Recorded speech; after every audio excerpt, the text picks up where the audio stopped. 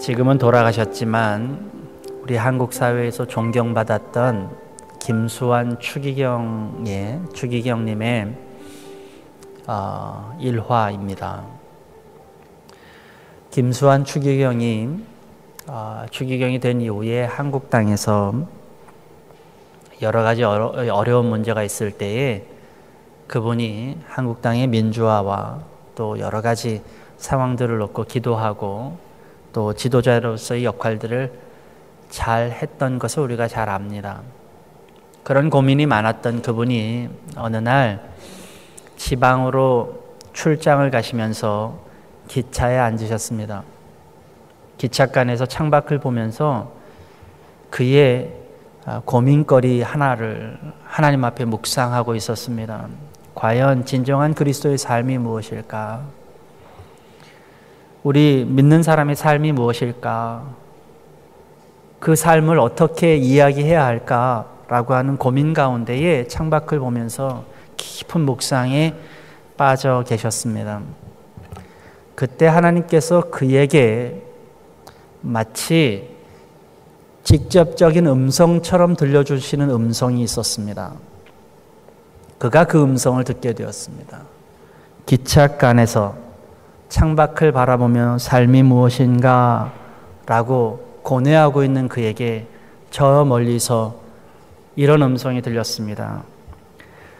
삶은 계란. 이해가 안 되시는 분들을 위해서 억양을 좀 바꿔볼까요? 삶은 계란.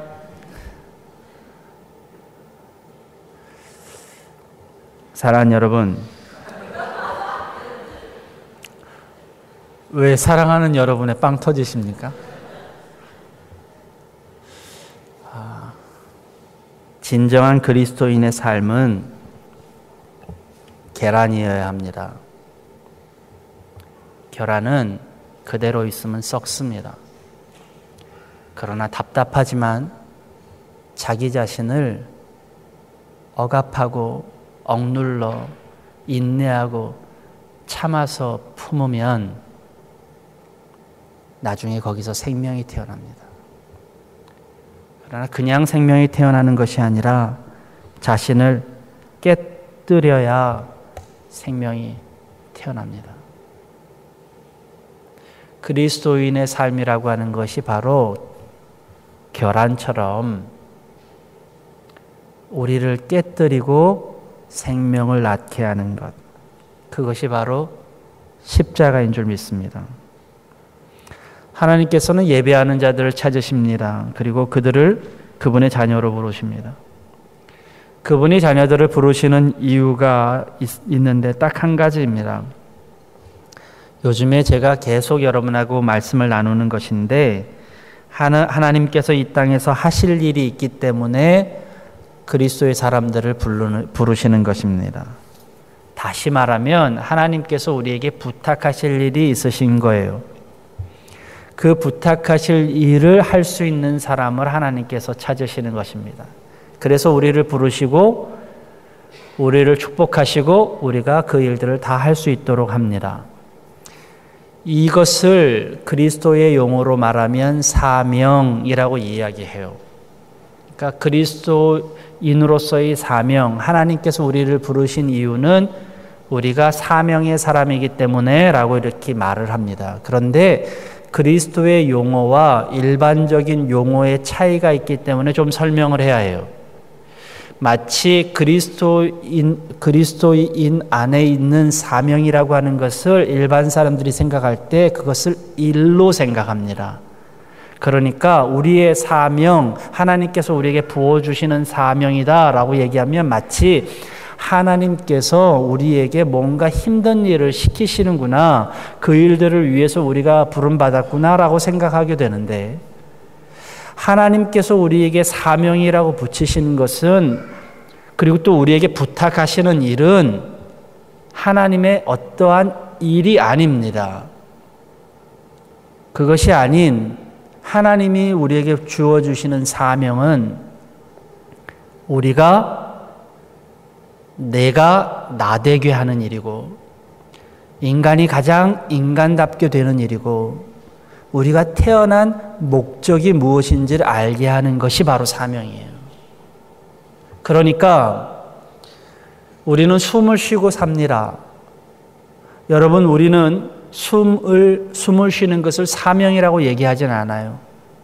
그러나 육체에 있어서 우리가 그렇게 철학적으로 얘기하지 않지만 육체에 있어서 숨을 쉬지 않으면 우리는 죽게 되어 있지 않습니까? 그러니까 육체에게는 숨을 쉬는 건 사명입니다. 그 사명을 다해야 이 사람이 숨을 쉬고 있잖아요. 그런데 여러분들이 숨을 쉬는 것을 일이라고 생각해 보신 적이 있으십니까? 아마 없을 거예요. 그러나 하나님께서는 육체에 숨을 쉬는 사명을 부여하셨어요. 그리고 그 사명을 다해야 우리는 숨 쉬고 살아가는 것입니다. 이것이 하나님께서 우리에게 주시는 사명이라는 것입니다. 이제 사명이라는 용어를 여러분 아시겠어요? 그러니까 하나님께서 우리에게 부탁하시는 이유는, 부탁하시는 그 사명은 사실은 다 우리를 위한 것입니다. 그런데 우리의 창조주이시기 때문에 하나님은 당신을 위해서 우리에게 부탁하시고 당신이 만든 대로 우리가 살아가도록 우리에게 사명의 일들을 다하게 하십니다. 그런데 사단은 이것을 바꾸어 놓아버렸습니다. 하나님의 부르심을 받은 우리가 사명보다는 그 일들을 잘하는 것보다는 무언가 다른 초점을 맞추도록 만들어버렸습니다. 다 누릴 수 있는 것, 다 주어진 축복, 그것이 우리의 사명이었고 누리는 것이 사명이었는데 어느 순간 네 것은 있느냐라고 물어보았습니다.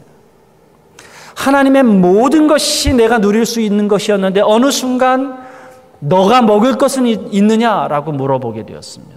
다시 말하면 우리가 누려야 할 사명보다는 복에 초점을 맞추게 되었습니다. 성경은 먼저 그 나라와 그의 의를 구하라고 얘기합니다. 주님의 가르쳐 주신 기도 늘 이야기하지만 이름이 거룩히 여김을 받으시고 나라가 임하시고 뜻이 하늘에서 이루어진 것 같이 땅에서 이루어지는 것, 그것이 우리의 먼저의 목적이었습니다. 그 다음에 주어지는 것이 일용할 양식이고 죄사함이었습니다. 그런데 사단은 죄사함과 일용할 양식을 우선순위로 바꾸어 버렸습니다. 자, 이것은 우선순위가 1이 2가 되고 2가 1이 되는 단순한 우선순위의 바뀜이 아닙니다.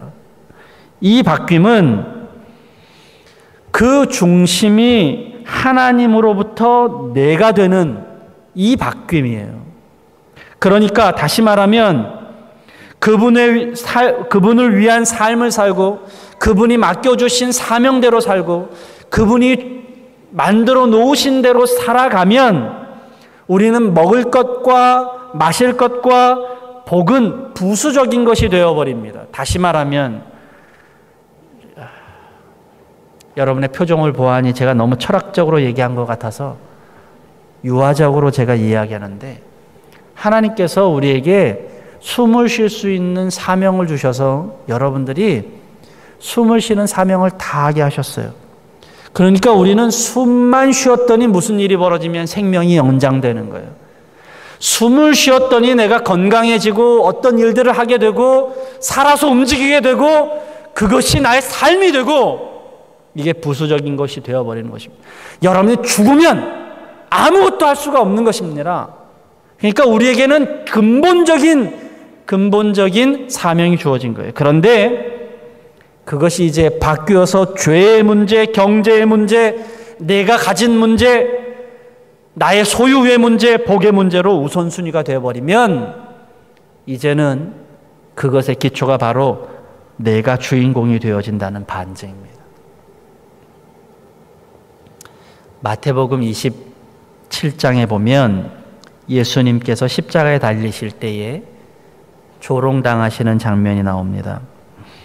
마태복음 27장 40절의 말씀, 성전을 허물고 사흘 만에 짓겠다던 사람아, 내가 하나님의 아들이거든 너나 구원하여라. 십자가에서 내려와 보아라. 그러니까 십자가에 달리신 예수님을 조롱하면서 많은 사람들이 지나가면서 얘기합니다. 지나가던 사람들, 대제사장들, 또 로마 병정들 다 욕하면서 조롱합니다. 너가 하나님의 아들이거든 이라고 얘기합니다. 그러면 너 구원되어 봐라. 내려와 봐라. 이것을 이겨봐라 라고 얘기합니다. 아시다시피 여러분들은 내가 하나님의 아들이거든 이라는 말을 예수님께서 공생애를 시작하시기 전에 광야에서 사단에게 들었던 말씀인 것을 여러분은 잘 아실 것입니다. 사단의 단골 메뉴이지요. 근데 이것이 오늘날에도 우리에게 유혹으로 있습니다. 너가 그리스도인이라면, 너가 교회 다닌다면, 너가 하나님의 자녀가 되었으면 너 부자가 되어봐라. 너가 하나님의 자녀라면 너 일이 잘 돼야지. 너가 하나님의 자녀라면, 너가 교회를 다닌다면, 열심히 다닌다면 너 다른 사람보다 우선되고 다른 사람보다 더 잘 나가고 다른 사람보다 1등 돼야지. 그런 소리들이 우리의 귓전에 맴돕니다. 놀랍게도 십자가에 달리셨던 예수님에게 향했던 조롱과 너무나도 흡사합니다. 우리들은 그리스도인들이 고난받고 어려움에 빠지는 것을 싫어합니다. 그렇게 보이는 것조차도 싫어합니다. 왜냐하면 그리스도인이 되었다고 하는 것은 뭔지, 복을 받고 무언가를 얻고 무언가가 더 많아지는 것을 생각하는 개념이 우리 안에 있기 때문입니다. 그게 우리의 의식이에요. 그러나 잘 보십시오. 하나님께서는 예수님에게 이렇게 말씀하셨습니다. 내가 내 아들이기 때문에 십자가를 지어야 한다. 하나님은 다른 사람에게 십자가를 맡기시지 않았습니다. 네가 내 아들이기 때문에 지어야 한다라고 이야기하셨습니다. 내 아들이기 때문에 고통받아야 하고 내 아들이기 때문에 다른 사람 대신 십자가를 져야 한다고 이야기하셨습니다. 잘 보십시오. 사람들은 하나님의 아들이기 때문에 내려오라고 이야기하는데 하나님은 내 아들이기 때문에 십자가를 지라고 이야기하셨습니다. 똑같은 하나님의 아들인데 세상의 평가와 하나님 평가가 다릅니다. 여러분은 어느 평가에 속해 계십니까? 내가 그리스도의 사람이기 때문에 십자가에서 내려와야 된다고 하는 소리에 여러분들은 귀를 기울이십니까? 네가 그리스도의 사람이기 때문에, 나의 자녀이기 때문에 내 소명을 받고 내 사명을 받고 네가 삶의 자리에서 십자가를 지라, 그 소리를 여러분들은 귀를 기울이십니까? 내가 그리스도의 자녀이기 때문에, 다른 사람보다 먼저 그리스도의 사람이 되었기 때문에 남을 더 낮게 여기고, 그리고 낮은 자리에 임해서 다른 사람들을 높이고 겸손한 자리에 임해야 하는 우리들 아닙니까? 이것이 하나님께서 우리를 부르신 뜻이었다는 것입니다. 오늘 본문에 보니까 이 세대가 어떻다고요? 피리를 불어도 춤추지 아니하고 곡을 하여도 울지 않는 세대랍니다. 이 이야기는 결혼식과 장례식을 빗대어서 말씀하신 장면이에요. 피리를 부는 것은 결혼식의 장면이고 곡을 하는 것은 장례식의 장면입니다. 그런데 사람들이 기쁜 날에도 웃지 아니하고 슬픈 날에도 울지 않는다는 거예요. 그도 그럴 것이, 이것을 제가 설명하기에는 구차하게 설명할 필요는 없지만 요즘에 결혼식 하는 것, 정말 사랑에 겨워서 결혼식 하는 것이 점점 없어지고 있잖아요. 뭔가 조건에 맞춰져야 되고, 뭔가 허례허식이 있어야 되고, 뭔가 보여지는 게 있어야 되고, 그러니 기쁨이 무엇인지 모르고 그냥 이렇게 가나보다 하고, 장례식도 마찬가지입니다. 정말 애절하게 우는 것들이 점점 사라지고 있죠. 그 이유가 있습니다. 그것은 무엇을 기뻐해야 할지 무엇을 슬퍼해야 할지 우리가 모르기 때문입니다. 왜곡된 신앙은 피리 소리를 피리 소리로 듣지 못하게 합니다. 나만의 신앙은 곡소리를 회개해야 하는 하나님의 음성으로 듣지 못하게 합니다. 그러니까 자기 자신대로, 자기 소신대로, 자기 마음대로 살아가는 것입니다. 오래전에 저는 설교하면서 이 말씀을 드렸습니다. 노아의 망치 소리 모든 사람이 들었습니다. 그 산 위에서 방주를 만드는 노아의 망치 소리를 생각해 보십시오. 그 노아의 망치 소리는 사람들에게, 모든 사람들에게는 경고의 망치 소리였습니다. 한번 생각해 보세요. 망치 소리가 끝나는 날, 그날이 어떤 날입니까? 그날 모든 사람들이 죽는 날입니다. 홍수가 예고되어 있었습니다. 하나님께서는 방주를 준비하라고 얘기하셨습니다. 그 방주가 다 완성되기까지 하나님 기다리셨습니다. 그리고 그 망치 소리가 끝나는 날에는 모든 사람들이 죽는 것입니다. 그러나 사람들은 그 망치 소리를 들을 때에 경고의 소리로 듣지 못했습니다. 고작 한다는 소리가 저 미친 할아버지가 미친 망치 소리, 그것이었습니다. 여러분, 찬양할 때에 기쁘십니까? 찬양할 때 여러분들은 마음이 갈망이 있어서 찬양하십니까? 옆에 있는 사람들이 손을 들고 찬양할 때, 기뻐하고 찬양할 때에 외치는 소리에 여러분들은 기쁨을 느끼십니까? 왜 못 느끼십니까? 혹시 찬양을 잘 몰라서요? 이 찬양이 내 스타일하고 달라서요? 혹시나 여러분의 영이 막혀서 피리 소리를 듣고도 춤추지 못하는 것은 아닙니까? 여러분들이 곡소리를 듣고 있는데 그 곡소리에 슬퍼하고 계십니까? 나를 바꾸라고, 나의 신앙을 바꾸라고 외치는 하나님의 곡소리를 여러분 듣고 계십니까? 네가 정말 너의 스타일을 바꾸라고 이야기하시는, 너의 신앙을 바꾸라고 얘기하시는 하나님의 소리를 곡소리로 듣고 계십니까? 그러면서 가슴을 치면서 울고 계십니까? 혹시 목사의 설교 소리가 시원찮아서, 혹시 당신에게, 여러분들에게 막닥뜨린 고난이 별로 시답지 않아서 그것을 슬퍼하거나 곡소리로 듣지 못하고 계십니까? 아니면 여러분들의 영이 막혀서 곡소리로 듣지 못하고 울지 못하고 그냥 지나가는 소리로 듣고 계시지는 않습니까? 망치 소리를 들어도 그걸 그냥 미쳤다고 생각하고 그냥 넘어가지는 않으십니까? 오늘도 선포되는 말씀 가운데 저거는 목사가 하는 소리,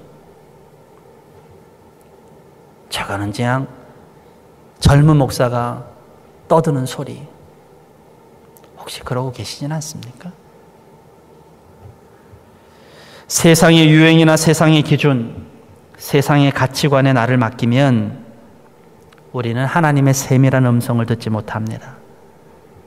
세상의 소리, 세상의 흐름에 빠져버리면 우리는 참과 거짓을 구별하지 못합니다. 거기에는 쉼이 없습니다. 늘 달리고 또 달려도 끝이 잡히지 않는 신기루처럼 저 멀리 떠나가 버리고 마는 것이 세상의 흐름입니다. 세상의 기준에 맞춰 살다 보면 평안할 것 같지만 결코 거기에는 쉼은 존재하지 않습니다. 우리가 생각하는 것보다 세상의 진리는 수시로 바뀝니다. 고대 철학자 헤라클레이토스라고 하는 사람은 변화 위에는 영원한 것은 없다라고 얘기했습니다. 영원할 것만 같은 나라도, 영원할 것만 같은 사상이나 철학도 이 땅에는 없습니다. 늘 시대에 따라서 혹은 권력에 따라서 변화해 왔습니다. 이 땅에는 영원한 것이라고 하는 단 하나도 없습니다. 수많은 사람들이 무슨 주의, 무슨 이즘을 만들지만 영원하지 않습니다. 왜냐하면 인간 자체가 기준이 없는 존재이기 때문입니다. 요한은 광야에서 금욕 생활을 했습니다. 수많은 종교 지도자들이 권력에 빠져서, 재물에 빠져서, 그리고 자신에 빠져서 헤매고 있을 때 요한은 모든 것을 뒤로하고 광야에 있었습니다. 그러나 사람들은 그를 보고 귀신 들렸다고 얘기했습니다. 왜 귀신 들렸다고 얘기하신 줄 아세요? 우리들은 누굴 보고 미쳤다 그러냐면 내가 하지 않는 다른 행동을 하는 사람 보고 미쳤다 그래요. 내가 못하는 것을 하는 사람 보고 미쳤다 그런다고요. 다시 말하면 나는 하지 못하고 있는데 하는 사람을 보고 존경하지 않으면 그 다음에 미쳤다고 조롱하는 겁니다. 우리는 둘 중에 하나를 선택합니다. 지금 말하자면 이 세례요한은 보수주의자였을지도 모릅니다. 사람들이 보수주의자라고 얘기했을지 몰라요. 예수님은 자유분방한 분이셨습니다. 땅에서도 하늘에서도 묶이지 않는 분이셨습니다.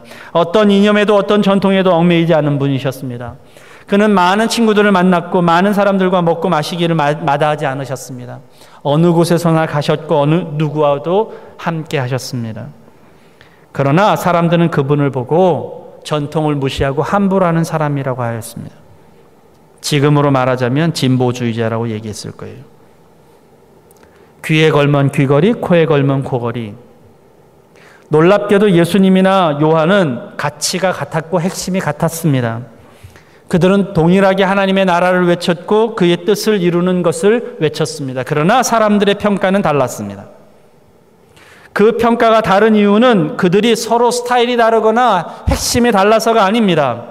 바라보는 우리의 기준이 오락가락하기 때문입니다. 나의 기준의 핵심은 늘 나였기 때문에 나의 감정, 나의 생각으로 오락가락합니다. 그러니 그것으로는 영원한 것이 없는 것입니다. 우리 안에는 진리란 없습니다. 우리 사회에서 가장 혼란을 주고 있는 가장 큰 이유는 기준이 오락가락하기 때문입니다. 시대에 따라서 환경에 따라서 기준이 또 계급의 편차에 따라서 기준이 오락가락해버리면 그럼 그 사회는 혼란에 빠져버립니다. 자신에게는 관대하고 남에게는 처절하리만큼 가혹한 기준이 우리에게 존재한다면 그것은 사회의 커다란 문제가 됩니다. 물론 사람에 따라서 또 때에 따라서 기준에 따라서 기분에 따라서 기준이 변할 수 있는 것 분명합니다. 그러나 한 사회에서 하나님의 대리자들, 하나님의 사람들은 그 기준이 내가 아니라 하나님이어야만 합니다. 저는 여러분들에게 이미 우리들은 하나님의 대리자로 부름받았다고 말씀드렸습니다. 세상은 오락가락하더라도 하나님의 사람, 하나님의 대리자는 분명히 서야 합니다. 용서하고 들으신다면 저는 오늘 몇 개의 직업군을 여러분들에게 소개하고자 합니다. 이 땅에서 살아갈 때에 직업을 가진 사람들 가운데에는 생명을 다루는 직업들을 가지고 있는 사람들이 있습니다. 저는 이 생명을 다루는 직업들을 하나님의 대리자, 직업군으로만 말하면 하나님의 대리자라고 얘기하고 싶습니다. 보통 생명을 다루는 사람들은 의사나 또 목사나 영적으로 또 육체적으로 생명을 다루는 사람이죠. 또 상담자나 선생님들도 있습니다. 어린 영혼들의 생명을 다루는 사람들이죠. 그 중에 하나가 법관입니다. 법관도 생명을 다루는 사람입니다. 왜냐하면 사사기라고 하는 것을 보면 사사기는 법관이라는 뜻입니다. 다시 말하면 하나님께서 하나님과 인간들 사이에 세운 대리자들을 세우실 때에 법관을 세우셨습니다. 이 법이라고 하는 것은 하나님의 일을 대신하는 것입니다. 그렇기 때문에 그 사사들, 그 법관들은 이 땅에서 생명을 다루는 하나님의 기준으로 살아가야만 하는 사람들입니다.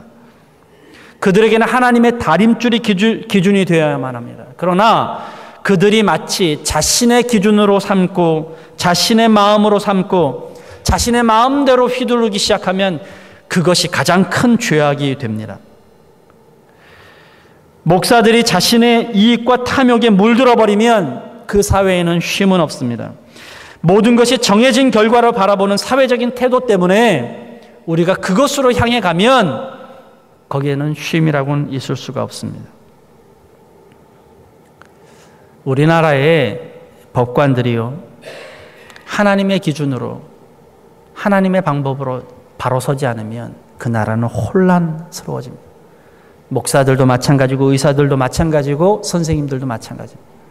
생명을 다루는 사람, 그 의사들이 생명을 다루는데 내 돈벌이로 생명을 다루고 선생님들이 아이들을 다루는데 내 돈벌이로 내 명예로 아이들을 다룬다면 그것은 커다란 혼란에 빠집니다. 똑같이 그리스도의 사람으로 여러분을 부르셔서 여러분을 통해서 영광 받으시기를 원하시는 하나님께서 여러분들이 여러분 마음대로, 여러분의 기분대로, 여러분의 뜻대로, 여러분의 생각대로 많은 것들을 판단하고 많은 것들을 처단하고 많은 것들을 생각하고 일을 처리해 버린다면 하나님은 본인의 일들을 온전하게 하실 수가 없습니다. 이 세상은 결과를 이미 정해놓고 그리고 그 결과를 향해서 걸어가는 세상입니다. 그래서 여러분들에게 내가 무엇을 할까 하면 이미 결정되어 있는 게 있어요. 넌 뭐가 될래? 라고 하면 결정되어 있는 게 있어요. 먼저 돈을 많이 벌어야 해. 먼저 큰 집에 살아야 해. 멋진 사람을 만나야 해. 좋은 직장과 우러러보는 명예를 가져야 해. 그 그룹에 속했다 그러면 성공한 사람이라고 우리는 일컬음을 받습니다. 그러니까 그것을 쫓아갑니다. 끊임없이 쫓아갑니다. 일단 결정되어 있는 그 결과물을 향해 갑니다.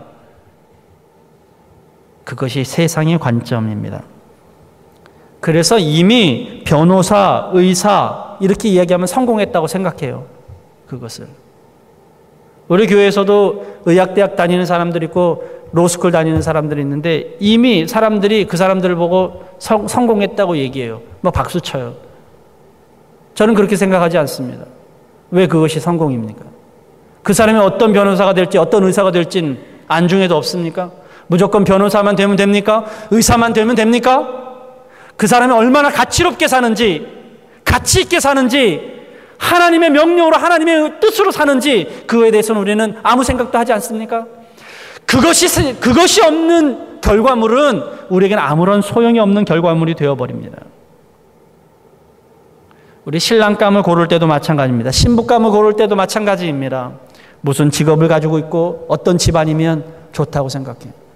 집안만 좋으면 사람이 좋습니까?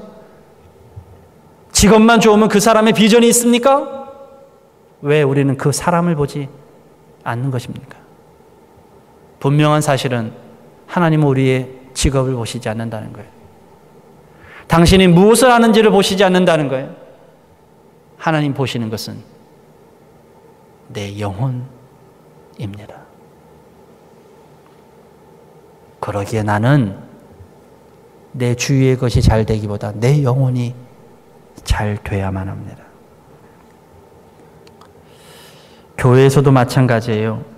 교회에서 어떤 내용, 어떠한 하나님의 섭리, 어떠한 가치로운 일들을 하느냐 그거는 상관없이 교회에 한 50명쯤 되는 교회, 게다가 50명쯤 10년이 됐는데 그 이상도 되지 않는 교회, 건물도 없고 간판도 없는 교회, 이미 세상에서는 실패한 교회입니다.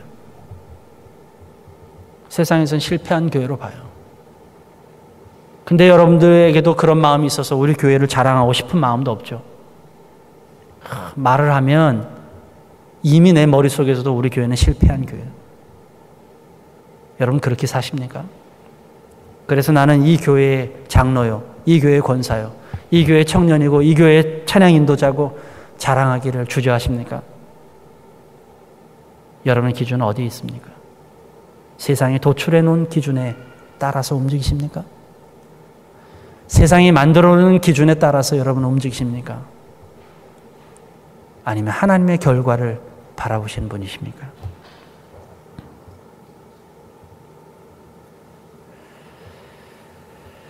우리가 설정한 결과를 도출하기 위해서 우리는 쉼없이 달려가면 우리의 인생의 목표가 가치보다는 결과를 놓고 뛰어가면 거기에는 쉼은 없습니다. 오늘 본문은 이렇게 끝납니다. 그러나 지혜는 그 한 일로 옳다는 것이 입증되었다.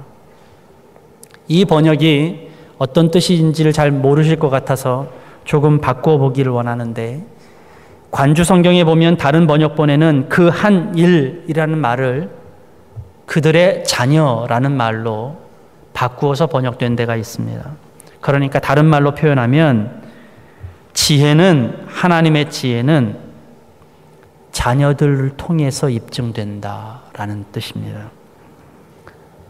다시 표현해 볼게요.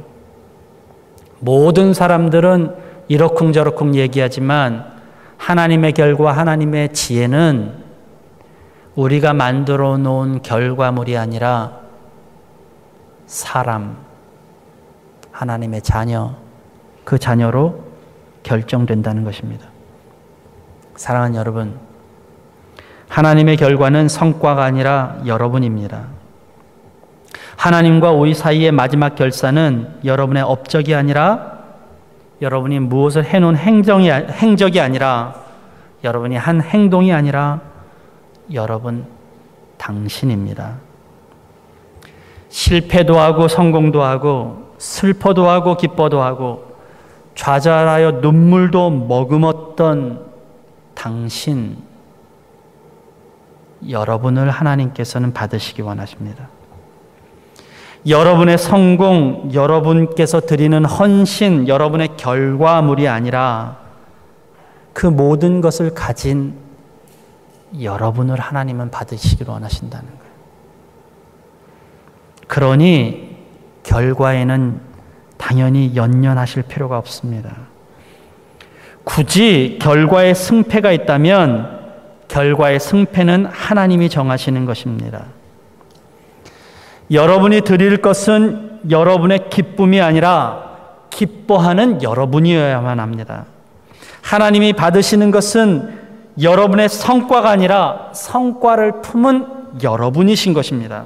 이 다른 점을 분명히 하십시다. 성과로 평가하게 되면 그 자체로 판단하기 때문에 고저가 있을 수밖에 없습니다. 얼마나 잘했나, 얼마나 못했나. 그러나 하나님께서는 그것이 아니라 여러분이시기 때문에 여러분에게 얼마나 많은 것이 있던 얼마나 적은 것이 있던 상관하시지 않습니다. 여러분이 드려지면 여러분의 그 작은 것으로, 여러분이 만들어 놓은 작은 일로, 혹은 여러분이 만들어 놓은 큰 일로, 혹은 여러분들이 가졌던 슬픔으로, 여러분이 가졌던 기쁨으로 여러분을 드리면 여러분을 사용하시는 것입니다. 어떤 성과를 지녔던 간에 여러분이기 때문에 하나님은 받으십니다. 그거를 알아야 우리는 쉼을 얻을 수 있습니다. 하나님께는 여러분이 중요하지 여러분의 열매가 중요한 것이 아닙니다. 여러분이 하나님의 기쁨이 되기를 원하시면 이 땅의 열매는 부수적으로 주어집니다. 뭘 만들어서 바치려고 하지 마시고 하나님과 단독자로 쓰셔서 여러분 스스로가 하나님의 좀 기쁨이 되어 보세요. 내가 기쁨 되기 원합니다. 여러분의 생각이 하나님의 기쁨이 되게 하세요. 여러분의 꿈이 하나님의 기쁨이 되게 하세요. 여러분의 말과 여러분의 행동과 여러분의 비전이 하나님을 기쁘게 하세요. 여러분이 어떤 생각을 가졌느냐에 따라서 하나님께서 오늘 기뻐하신 그것을 기억하시기 바랍니다. 내가 무엇을 오늘 말하고 선포하느냐에 따라서 하나님이 기뻐하심이 만들어진다는 사실을 기억하세요. 여러분의 결과물보다 하나님은 여러분을 받기를 더 원하십니다. 기도하겠습니다.